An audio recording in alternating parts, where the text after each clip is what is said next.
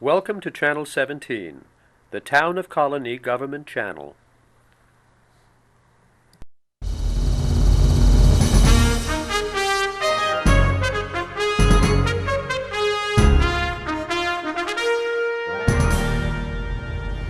Now here, this is Ron Goldman, and what you see here, and they knew it was intelligent. All these newspaper people around. A female detective is standing on the body, standing in some blood that destroys a lot of the evidence at the scene. And on the left thigh, you see, are some rubber gloves, some latex gloves. One of the detectives who had been going around taking evidence takes off the gloves and throws it on the body, so then contaminates the clothing and all. So a lot of things weren't done right, but we learned a lot from the O.J. case. Here in this situation, notice he was stabbed a number of times on the left side of his body, and the blood running down his left pants and onto the top of his shoes here would indicate that he was standing for a while, indicating a struggle or something after he was. So if somebody is stabbed standing up, the distribution of the blood is different than stabbed lying down. We had a case a little after this in which two roommates were in a fight and one guy is dead. And he says, we got in a fight, and we were struggling. I got a knife. I stabbed him in self-defense. The family of the dead person says, no. He was lying in bed, sleeping, and he just came over and stabbed him. And by the nature of the clothing and the drops of blood on the top of the shoes indicated that he was standing where the drops could fall down on it, as the roommate said, rather than lying on the bed where you wouldn't get drops of blood on the shoes. So all that becomes important at the scene, and that's why photography can be so important. Always. I've never seen a scene photograph that was wasted. There's always something. Next, please. Here, the stomach contents. Time of death becomes an important issue in many cases. And it's like the holy grail of forensic pathologists. You'd think there'd be some way of figuring out how long somebody's been dead, but it's harder than it looks. We get stiffening of the body, rigor mortis, lividity, the settling of blood, a temperature drop, which is algor mortis. I said that, we're talking about time of death, and I mentioned this, and I was talking in a trial in upstate New York someplace. And I mentioned that the time of death was by these various parameters, 8 hours, about 10 hours or so. And then as I'm describing why, everybody starts laughing. Jury laughs, the audience laughs, I look at the judges laughing. You're not allowed to, when you're a witness, say, what the hell are you all laughing about? So I just continued, and later I asked the prosecutor, said, why were they laughing? And he said, when you said algor mortis, they thought you were talking about Al Gore. That was during the presidential time, and it didn't, it didn't strike me. Now, all those things can give you an idea, approximation of how long somebody's been dead. But one of the better ways we can sometimes do it is by stomach contents, because the stomach contents don't tell you how long somebody's been dead, but it tells you how long after the last meal. Next, please, saying here, could you go back one? Are you able to do that now? Wow. Thank you. Thank you, Olga. It doesn't show up too well, but that's the stomach contents on the right, what some people call vomitus. See, the things that distinguish a medical examiner from other human beings is we love vomitus because it has all these pieces of what's been eaten. We love maggots because maggots tell us how long somebody's been dead. To us, burial is just long-term storage. You see, so you never ask a barber if you need a haircut. You never ask a medical examiner if you need an exhumation. You can always learn something from an exhumation. So there are differences. Whatever's going on with Judge Sotomayor, in fact, we all bring odd things to the table when we're making decisions. You know, we all are products of our environment. Be that as it may. Here, what I've been able to do is tease out, this is actually Nicole Simpson's stomach contents, able to tease out the bits of salad that was present. Next, please. And you see here the kale, not just lettuce. This is yuppie stuff. Kale, and notice how it's chopped and fine. There's no digestion. See, normally we eat a meal, and within 2, 3, 4 hours, 90% of it is out of our stomach and into the intestine. So if we find a stomach full of fragments of the salad that they ate, next please, and see lettuce, a tomato, that tells us that was the last meal.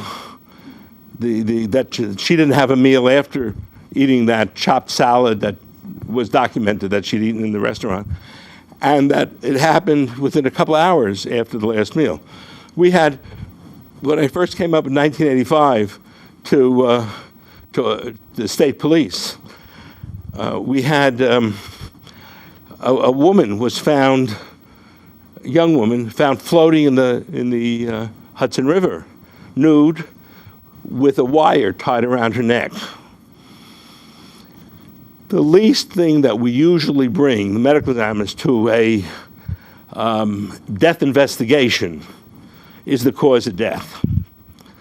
They knew right. The first officer who picked up the body didn't say, "Doc, could you come and see this woman and tell us why she died?" They called and said, "Doc, we've got a strangulation. Could you come and examine the body?" Police are super I found over the 40 years, are super at tracing blood at a scene to a hole in the body. They know if it's a shooting, they know if it's a stabbing, and they're very good at it. So they know for us to do an autopsy and say, yes, the cause of death is 6 axe wounds, is stating the obvious. The first cop there saw the bloody axe and saw all these axe marks on the body. We bring other information really to the time of death, which is difficult, protect evidence, whether there was drugs involved. We also are able to say usually if it's a primary or secondary crime scene. Is this where the body died, or was the body moved here from someplace else? Which is also a factor that we have to consider right away. As far as the ligature, the body in the Hudson River, I always think it's a good idea for the police officer investigating the case to be present at the time of the autopsy, because the police officer will know things about the death that I don't know. Not that and some of the things may be wrong. There may be information that's not wrong, but at least to know the areas where we have to address in the autopsy examination.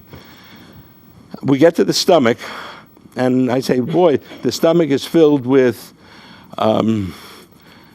ground beef and pieces of French fried potatoes. So I say to him, boy, if you can find out who she is and who the last person she was seen with, he's probably the person who killed her, because she died very soon after eating this French fries and hamburger. He looks at me and says, Doc, he was from the Albany area. He says, there's a diner here about 3 miles away that makes these kind of French fries. Notice, he says to me, which I hadn't noticed, they're not the normal McDonald's French fries.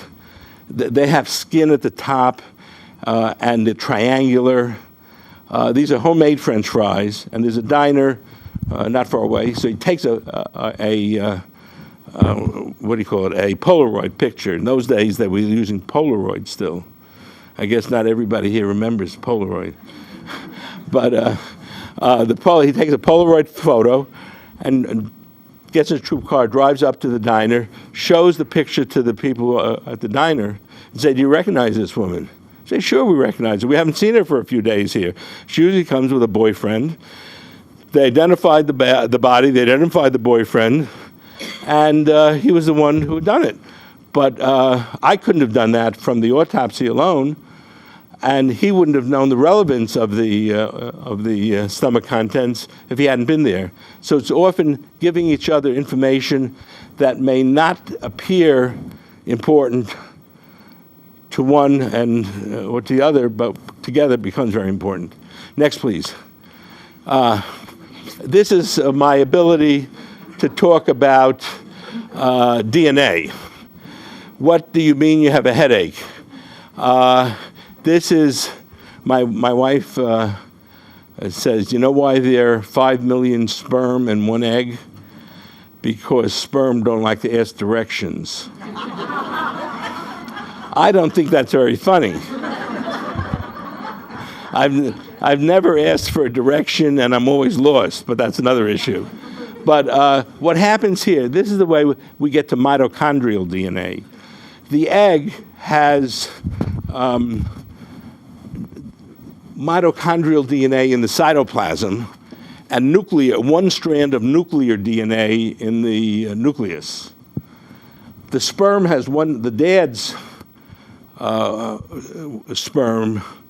Remember, the girl is XX, so her nuclear DNA is always X in the egg.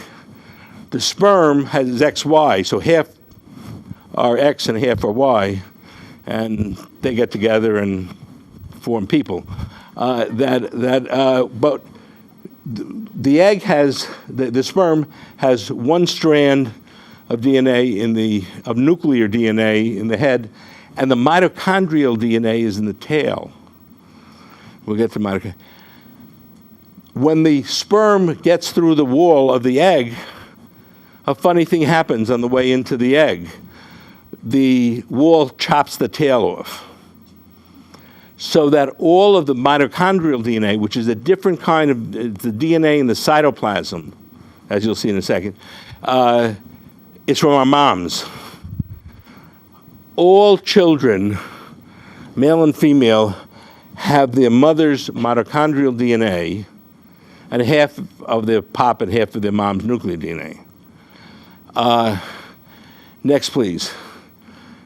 Now here, for example, is a pap smear of a woman who'd been sexually assaulted.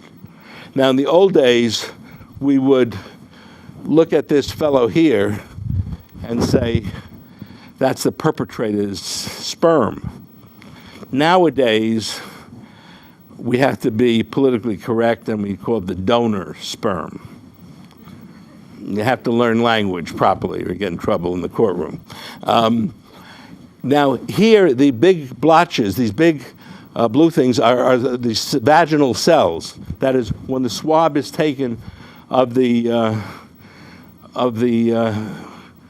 for looking for semen of the vaginal area, some of the lining cells come off, and those are vaginal cells. Now, every cell in the body, vaginal cells, liver cells, brain cells, muscle cells, skin cells, have the exact same mitochondrial DNA and nuclear DNA, except one cell in the body that doesn't have any DNA, which is, counterintuitively, the red blood cell. Surprise. The red blood cell is the only cell in the body that doesn't have DNA. It's a wonderful cell. Oh, thank you. Do I sound rasping and things? Thank you for taking pity on it. And she's going to bring these beautiful donuts into our meeting that are test my ability to diet.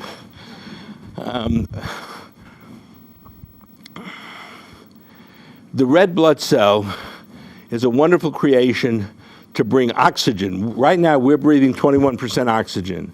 Goes into our lungs, gets on the red blood cells in the little alveoli, the capillaries, And all they have inside is hemoglobin, 4 hemoglobin molecules.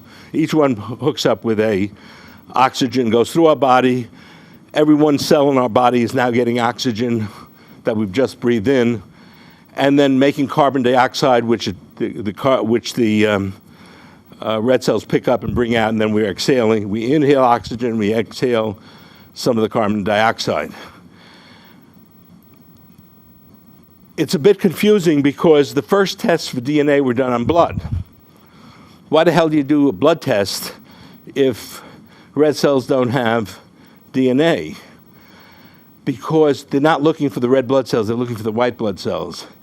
Every cubic centimeter of blood has 5 million red cells and 5,000 white blood cells. Big ratio there. What the lab does, the DNA lab, is it destroys all the red cells to get to the 1/10 of 1% of the white cells that are there, because white cells have nuclei and have DNA in the nuclei, just like this nucleus has DNA.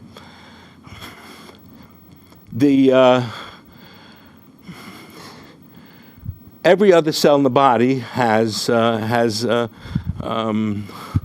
DNA. That's why nowadays you can take a cup, a cigarette, a Coke bottle, a beer can, and some of my DNA is on that now, because some of the mucosa lining cells, just like these are lining cells, get on the tip, and they have enough DNA so that they can easily identify that it came from me. My fingers leave a fingerprint. The sensitivity to DNA testing now has developed so rapidly that the fingerprint has some skin cells attached to it that can do DNA from a fingerprint. There's enough cells from the finger, so in some jurisdictions they'll take half the fingerprint for fingerprint comparison, the other half they'll do DNA with. Just amazing how quickly this has come. Now, in this, when I understand that you all have until midnight tonight, so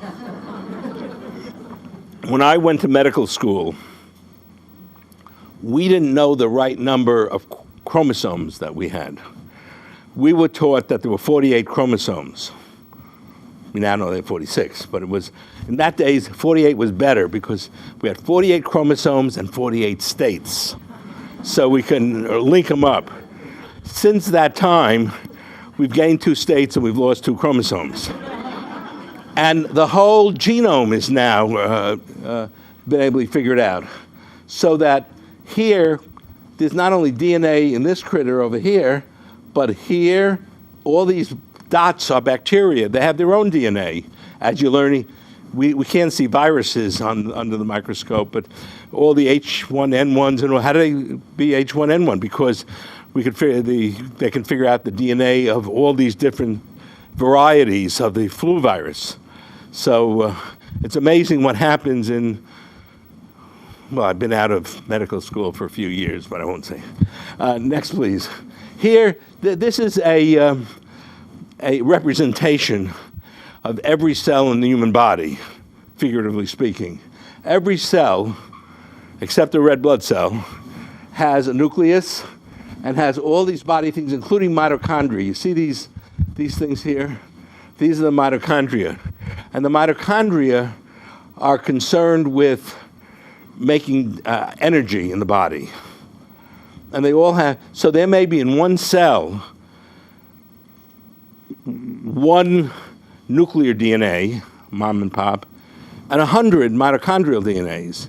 And that's one of the reasons that mitochondrial DNA is so important forensically, because there's more of it than the nuclear DNA, and it's more hardy than the nuclear DNA. When sunlight or bugs or walking on blood destroys nuclear DNA, it doesn't destroy all the mitochondrial DNA. So that often we'll get the mitochondrial DNA isn't as specific as the nuclear DNA, because all brothers and sisters might have the same. But which brother visited that prostitute last night. We can eliminate the people who weren't there, you know. So it's another, it's part of an investigation. Now, another thing that's interesting from a point of view of terrorism, the terrorist drug of choice, poison of choice so far has been cyanide. You can kill people with cyanide easily. That's one of the drugs, poison of choice. Cyanide acts by interfering with the mitochondria. And the mitochondria is needed to transfer oxygen from the red blood cells into the cells of the body. So if the mitochondria are stopped by cyanide, then the oxygen can't get in the cell and we die really of internal suffocation. Next, please. Now, another thing just to mention that's become very important forensically in recent years is hair. The hair not only tells us the racial quality. You can look at hair on the microscope, and Caucasian hair is different than Negroid hair, is different than Asian hair, kind of thing. They have different features. But it turns out, and that's what hair was used for decades, it turns out that the hair is loaded with mitochondrial DNA. The root of the hair, under the skin, has nuclear DNA, the cells around the root, but the shaft of the hair is all mitochondrial DNA. So the hair is useful in DNA analysis. It's also useful in drug analysis because the drugs we take into our body, nicotine, caffeine, cocaine, we take in our body, the molecules go running through our body, go into the fat, into the liver, into the hair, the root of the hair, and then the next few days comes out and gets urinated out or breathed out, defecated out as we get rid of these things. But the hair is growing. So some of the molecules of the hair outgrow the blood supply and they can't get back out. So the hair not only tells us lots of drugs. The one drug it's not helpful with is alcohol because alcohol is too small to be involved. But there's been a study, one of these TARP grants or something, on Viagra, and it turns out that Viagra gets into the hair, but it doesn't make the hair thicker or longer. That's a study. Now, on the other hand, the hair grows about half an inch, a centimeter, about half an inch a month. So not only does the hair tell us what drugs or poisons may be in the body, but it also tells us how long it's been in the body by doing segmental analysis. And we had a case, the state police did a case with, for the Pennsylvania State Police as a courtesy, in which we had to exhume the body and determine how long it was that a decedent was being poisoned with thallium. Thallium is one of the periodic table metals that used to be used widely in rodenticides, rodent poisons in farms and all, and was very effective. But unfortunately, it had a sweet taste. So people on farms would get these bags of thallium to spread around to kill rodents, rats and mice and things. And kids would get into it and think it's candy because it was sweet and eat it. So there was some deaths of a number of kids on farms, so it's been banned. But it's still present in some households, even though the people may not know the significance. So in this situation, what we exhumed the body just to get the hair to see how long the poisoning had been taking place, to determine who had access to, and it turned out that it had been going on for about 6 months, as you'll see in a sec, and the only one who had access was the spouse. It was funny because when the district attorney in Luzerne County first called us, he said they can't figure out who might have poisoned him. I said, what about the wife? He said, can't be the wife. Why can't it be the wife? because she didn't get a lawyer. This is a guy who's now a brilliant judge, but the fact that she didn't call for a lawyer indicated she was not guilty, and that she was very cooperative. But she was the only one who turned out, given the timing of the 6 months that the poison was given, who could have done that. And the reason for it was interesting because her first husband had died in an auto accident, and then she married this fellow about a year later, and then she got an award in a court of $2 million for the death of her first husband, and she didn't want to share it with the new husband. So it's interesting how you get motives. Now, this is a case in which it was an issue of date rape. And what we did, this is a diagram, the root of the hair would be here. Even with a single use of a roofie or a benzodiazepine, one of these date rape drugs that sedate the individual, and then they forget about it, and they don't know for about 12, 15 hours that realize that they've been sexually assaulted. And by that time, the drugs are out of the body. Even though they're not in the urine, they're not in the blood, they're still in the hair. And here we were able to identify what she said, to test what she had said, and that she had been given this benzodiazepine a few days before. Now, remember, not only does the hair tell us what drug was in the body, but it gives us an idea when it was taken, you know, in that by how long it's grown from the root. Next, please. Here is a diagram of the fellow in the thallium poisoning, who he had been given multiple, this shows 5 times that he had been given thallium in his iced tea over a 6-month period of time. And we had to go down to Hershey Hospital, because that's where the records were. He died at Hershey Hospital. And I'll tell you, how many people have been to Hershey, Pennsylvania? Okay, it smells just like wonderful chocolate. But we had to exhume the body, and that part of the smell didn't match. Next, please. Now, a point, and this is where Herman Thomas helped us very much in Barbara Kavanaugh's shop. Medger Evers was a civil rights leader in 1963. He was shot in the back. He had been registering people for the voting. That was the voting registration time. And he was shot 5 months before John F. Kennedy was assassinated. Here, his wife, Merle Evers, later in her own right to become head of the NAACP, and 3 children. This fellow was 3 years old at the time, Medger Evers. He had been a soldier in World War II, and he's buried in Arlington Cemetery. Next, please. He's 33 at the time, and he's registering people, and he gets shot. Next, please. Here's Herman Thomas, if anybody, and who here knows Herman Thomas? Very good. Barbara Kavanaugh, she used to run the coroner's office here, and she doesn't look it. She looks much younger than that.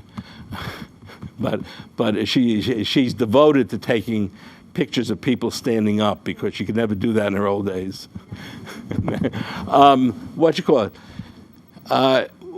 The district attorney in Jackson, Mississippi, where this occurs, calls us up and asks if we can, what we would suggest. That is, it's now 28 years later. In 1963, there were 2 trials. Both hung juries against Byron Della Beckwith, who was the leader of the Ku Klux Klan down there, whose rifle was found in the bushes near where the shooting occurred. The problem, and there were 2 hung juries. There's no statute of limitations on murder, except if you're found not guilty, then that's the end of it. But he wasn't found not guilty. At the end of 25 years in Mississippi and some other states, the governor's papers are opened up. So when the governor's papers are opened up in Jackson, Mississippi, Mrs. Evers goes down and reads through them. She's played by Whoopi Goldberg in the movie Ghost of Mississippi, which is about this incident. And she goes through and sees that there's jury tampering. That while the prosecutor, the district attorney, was truly trying to convict Byron Della Beckwith, the governor was giving out information secretly to the defense attorneys about who the possible jurors would be, so that the defense attorneys could check out all the potential jurors and get the ones that had Ku Klux Klan relationships on the jury. It's amazing they even got a hung jury. The defense theory was, hey, it's his gun, it was stolen from him the day before, that's why his fingerprints are on it, and he didn't do the shooting. 25 years later, that's opened up, and we get a call saying, well, we don't have a bullet, we don't have the autopsy report. They disappeared. What do you suggest? As I said, you never ask a medical examiner about exhuming a body. So we said we can exhume the body, we could see if a bullet goes through somebody and causes death. Usually, not always, it'll hit a bone. And if it hit a bone, then we'll be able to find at least can reconstruct the trajectory and the track, even if we don't have the bullet. So the body we agreed to do the autopsy here in Albany, in Albany Medical Center. We were doing autopsies. And this is the casket that was brought from Arlington Cemetery. And Herman Thomas, who was assisting, it was funny about Herman Thomas, I'm saying he was going to try to get here, but I must have had some dead bodies tonight because he's a coroner now. A little after this, there was a story in the Times-Union about how somebody who was dead in Albany Medical Center in a body bag comes in, the funeral director comes a few hours later, and they bring the body in, and the body sits up and says, "What the hell am I doing here?" And that got into all the newspapers. And he got floods of letters about laying his hands on the dead one to make them rise. So he's a minister also. He's a minister. So in any event, nobody knew whom we were going to do the autopsy on. We didn't want to tell anybody that we're bringing Medger Evers up from Arlington Cemetery.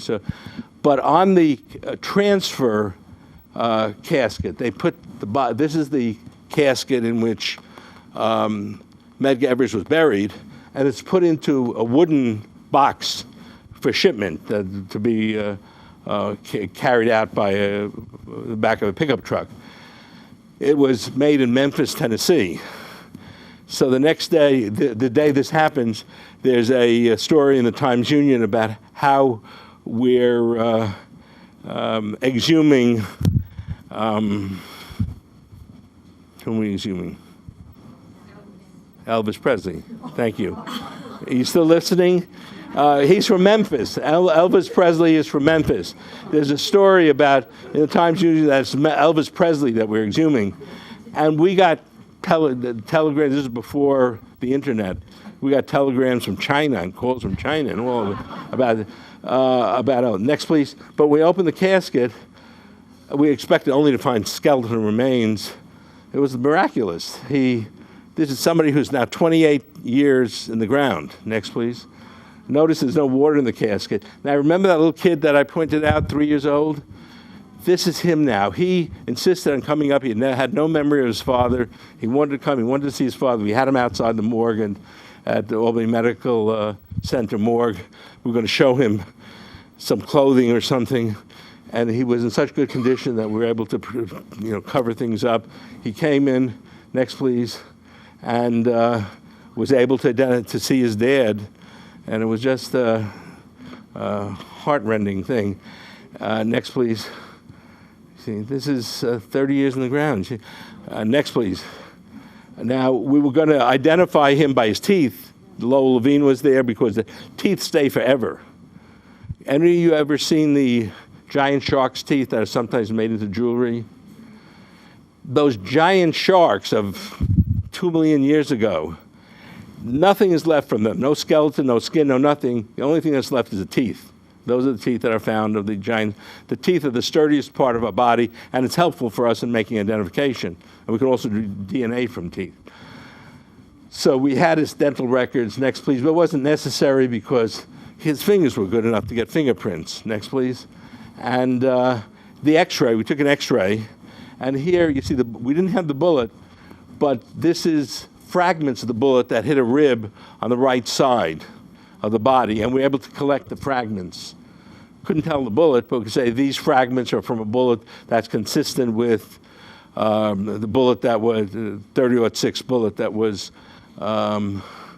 involved with the shooting at the first trial. The bullet was there, but disappeared after that. Next, please. And this is what an autopsy incision looks like. It's called a Y-shaped incision because, and this is from the first autopsy. It had been autopsied previously. The incision are from each shoulder down to the pit of the stomach and then down to the pubic area, and that permits examination of all of the internal organs: heart, lung, liver, spleen, intestines, down below. Next, please. And this is the second incision, just 2 incisions made in autopsy from ear to ear that permits examination of the brain. And in this instance, we have the bullet path with this metal rod. He was shot in the right back and came out the right front of the body. So we were able to get enough information to reconstruct the bullet track. Next, please. And this is Byron Del Beckwith, and this is me in my thinner days. You see I'm thinner here. And I'm showing the X-rays that you just saw, and I gave the jury the little fragments of bullet that they, in the glass test tube, and they passed around, and even though you couldn't tell which gun, it was meaningful to them that they could hear the metal from the bullet. And when I testified, I've testified in a number of cases. We get to the cause of death and injuries. On rare occasions, a juror will pass out. And then I'm the only doctor around, so I have to go out and I have to make sure there's no problem. And then there's a discussion as to whether or not he should be disqualified or I should be disqualified. This is the first time where I hear snoring, and I turn around, and this is a death, a life imprisonment case. And the first time that the defendant, I put him to sleep snoring despite my testimony against him. Next, please. And then he was convicted 30 years later, and he died about 4 or 5 years ago of cancer of the colon in jail. After that, this was in 1993 that the trial was, 30 years after the death. Next, please. We're almost, and this is, now the question that many of you may ask is, how come he was in such good condition? Well, when I went down to testify in Jackson, Mississippi, after testifying, I went over to see if the funeral parlor was still there, that he had been buried out of. And sure enough, there was an old-timer there, and it was the same funeral parlor. And he said, yeah, I remember that funeral because Medger Evers was the most prominent person we ever buried out of this funeral home. I said, is there anything you did different in 1963 than you do in that time, 1993, that preserved the body so well? So he thought for a second. He said, Doc, in those days, the weather was very hot in Mississippi. We didn't have refrigeration. We didn't have air conditioning. So if we had to keep the body for a number of days, as with Medger Evers, so that people like Martin Luther King can come to pay their respect, what we did to prevent decomposition is we put in 3 times as much embalming fluid. And it worked. So in that situation, that beautiful body after 30 years, 2 reasons. One is the extra embalming fluid. When I think about the secret formulas for Lenin and for, pardon me? Yeah, Evita Peron, right? Lenin and Evita Peron, and they were secret family recipes on how they did it, how they kept the body preserved. Probably used 3 times as much embalming fluid, number one. Number 2, the other thing was, in reconstructing what happened, After World War II, at the time of World War II, the federal government and the people in Arlington Cemetery and the cemeteries around the country, the veteran cemeteries, realized that they were running out of space for veterans. So they stopped burying husband and wife side by side, as they did in the old days, before World War II. And the first person who died would be 12 feet under, and the second person is what they do is then put 6 feet under, so they're on top of each other rather than side by side. And in this instance, Medger Evers died first, he was 12 feet under. She died second, was 6 feet under. And I think that difference in lack of oxygen and lack of water, notice the casket had no moisture in it, together with the embalming, kept the body in perfect condition. Now, I don't know why anybody would want to be in perfect condition for all these years, but it certainly helps out medical examiners. I think, next please. Okay, and the last thing I'll say is nowadays, with better, just since 1993, or with better toxicology, that's what I want to mention, the toxicology, this was a case in which there was an issue of a woman having poisoned 6 husbands in a row for the insurance money. And each time she had the body cremated. And with the sixth death, people started getting suspicious. So they went down to try and do toxicology on the any of the bodies, but they all had been cremated, except this one. The last one had an autopsy had been done, called a heart attack, and the body was then cremated. And whenever an autopsy is done, pieces of tissue are put into wax paraffin to make the microscopic slides that you've seen in biology class. Those slides and the formalin bottle I put in are enough now to do toxicology. That couldn't be done decades before, but the toxicology has advanced so much that you can take the little bottles that the tissues are held for microscopic slides for histology and do toxicology. And sure enough, when the tox lab examined these tissues, found strychnine. And that was enough to explain how she was poisoning and the thing. I think with that, just to show how some of forensic science is developing, but I did want to leave a few minutes for rebuttal or for questions or if I've confused anybody. But thank you for listening thus far. Could we go to the last slide? If you keep going, yeah, go through.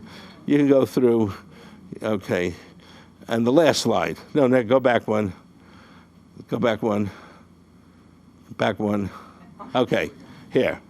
One of the things I did in my youth is, and Marion Roach isn't here now. I was looking for Marion.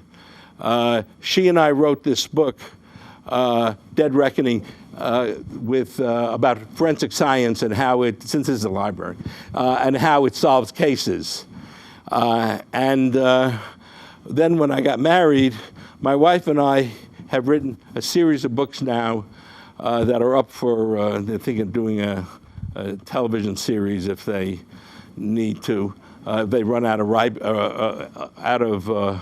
writers about a male forensic pathologist and a female attorney who get involved with, it's like Nick and Nora Charles, from the Thin Man series, who solve crimes using forensic science. So the second one is we're going to have a book signing in the Book House on Stuyvesant Plaza on June 30th, to which you're all invited. But it's this one, the first one I did, Unnatural Death, is the book that HBO started the autopsy series on HBO, because they did a documentary on the book and on forensic science. These are non-fictions. And we did 13 years we did that. We're still doing some of that, showing how in documentary fashion, how forensic science solves cases. And the Wall Street Journal had an article a few years ago about how in high schools, this first book, Unnatural Death, is the most common book used to introduce children to science in high school, chemistry and biology. So I don't know, you probably don't have it in this library, but that's okay. Because it's one of the books they'll take away. But if anybody can come to the book house on June 30th, 7 o'clock, be great. Any questions, any thoughts? Yes, young lady. There's a young lady in the back. That's a very good question. Not on my autopsy table, but in the Albany hospital morgue. Somebody's woken up, and that was the person who I showed. And one time when I was in New York City, a person from Bellevue Hospital had come over to the medical examiner's office, and we were about to do an autopsy, and she woke up. Now, that happens usually with people who are not breathing very well. You know, they're older, they're not breathing well, and so it doesn't look like the person is breathing. But that does happen on rare occasion. I think, Ms. Kavanaugh, am I telling the truth? You got to say, yeah, the microphone won't pick it up. See, I'm not making it up. Yes, sir. Which is your preference, forensic work or testimony? Oh, no, forensic work is better. The forensic work is to do autopsies and to go to scenes. That's wonderful. When you do an autopsy, see, some of you are under the misapprehension that doing autopsies and all is terrible. Let me tell you, when I started out at Bellevue Hospital. I was a medical student, intern, resident. The hardest thing was treating living patients who were dying of diseases such as cancer that we were powerless to stop. And that's the tough part. The dying is tough. Once you're dead, the person is out of his or her misery. And then it's our job to try and find something from the examination, from the autopsy, that helps the living, whether it's to answer questions for the family, whether it's for society to get the guy who did the murder so that he doesn't do it again, you know. But I think, and when we do an autopsy, you know, many of you will look at these pictures coming down from the Hubble telescope and these wonders of science way out in the distance. But if you do an autopsy, you see the heart and the lungs and the liver and the intestines and the blood vessels and the nerves and how they all hook up into each other and make each other work. That's the biggest miracle for me, to see how the body functions is just amazing.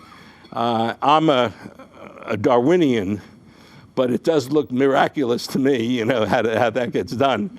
And also, when people often say, well, isn't it, you finally found out why the person died, but the day before the person was alive. And it's amazing how people with severe illnesses survive and live on for years and years, longer than you would think from the autopsy findings. So I think, no, the autopsy examination, which really begins at the crime scene, is the most important part. The testimony gets more and more difficult because emotion will trump science. For example, in the Scott Peterson case, when you think about it, Scott Peterson, there was no cause of death in Lacey Peterson. There was no time of death. There's no place of death. And you think that would cause some kind of concern. But because he was such an not a nice person, because of things he said, he was not only convicted but given capital punishment. Phil Spector, on the other hand, which I was involved with for the defense, here the forensic science also showed that he was not holding the gun. But the people didn't like him. He waved the gun. He didn't do this.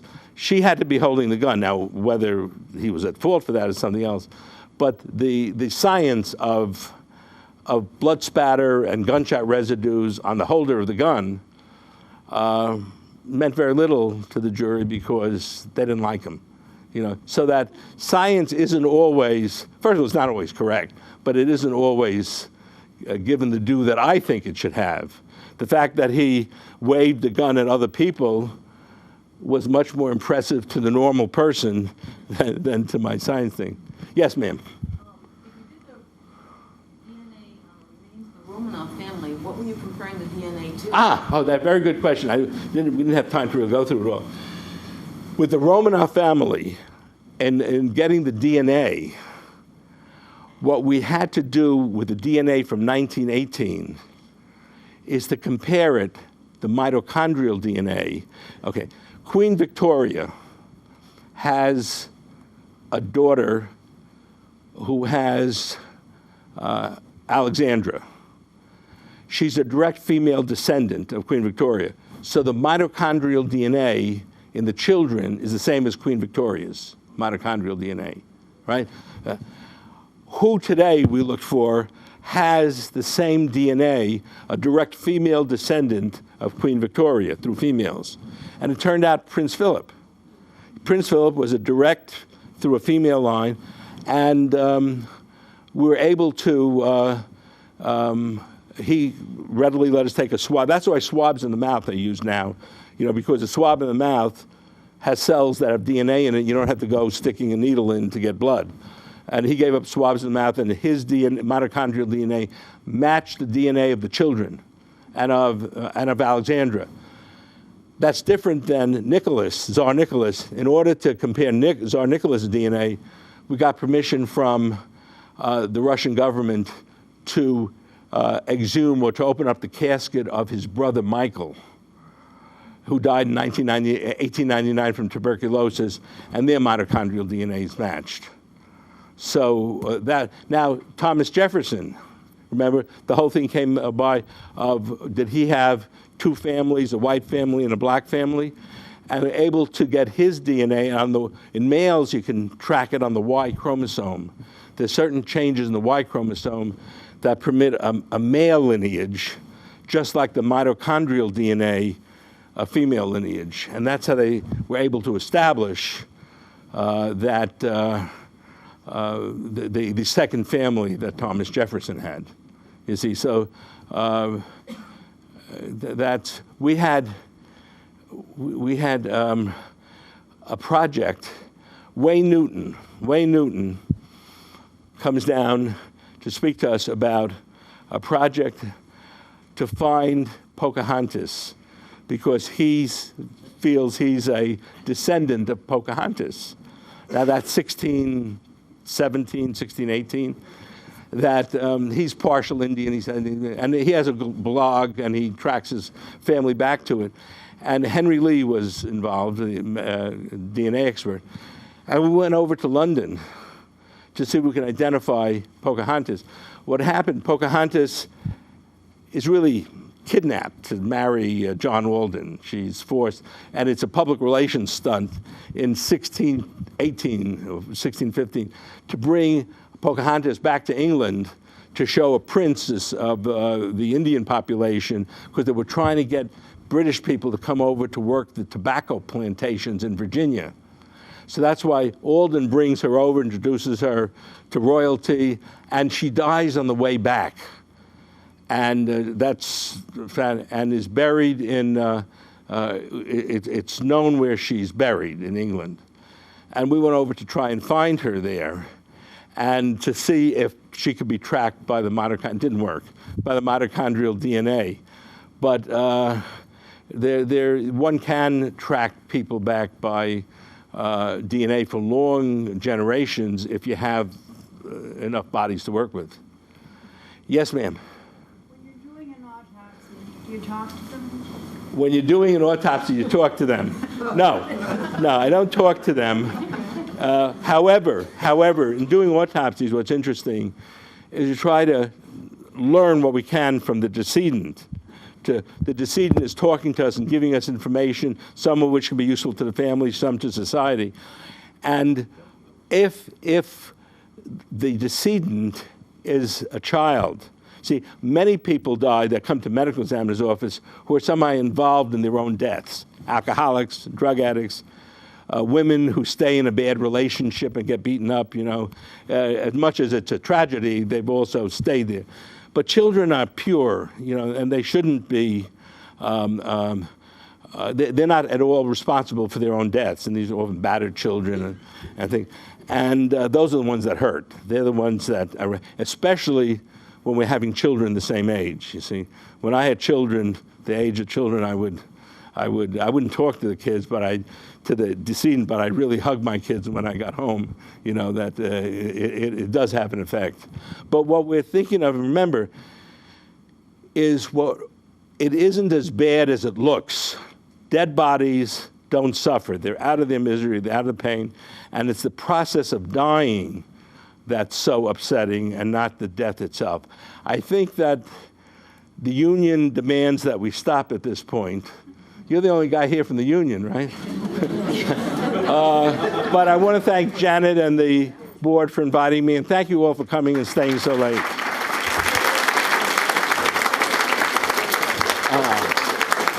Did any of you ever hear of Congressman McNulty? His DNA. Thank you.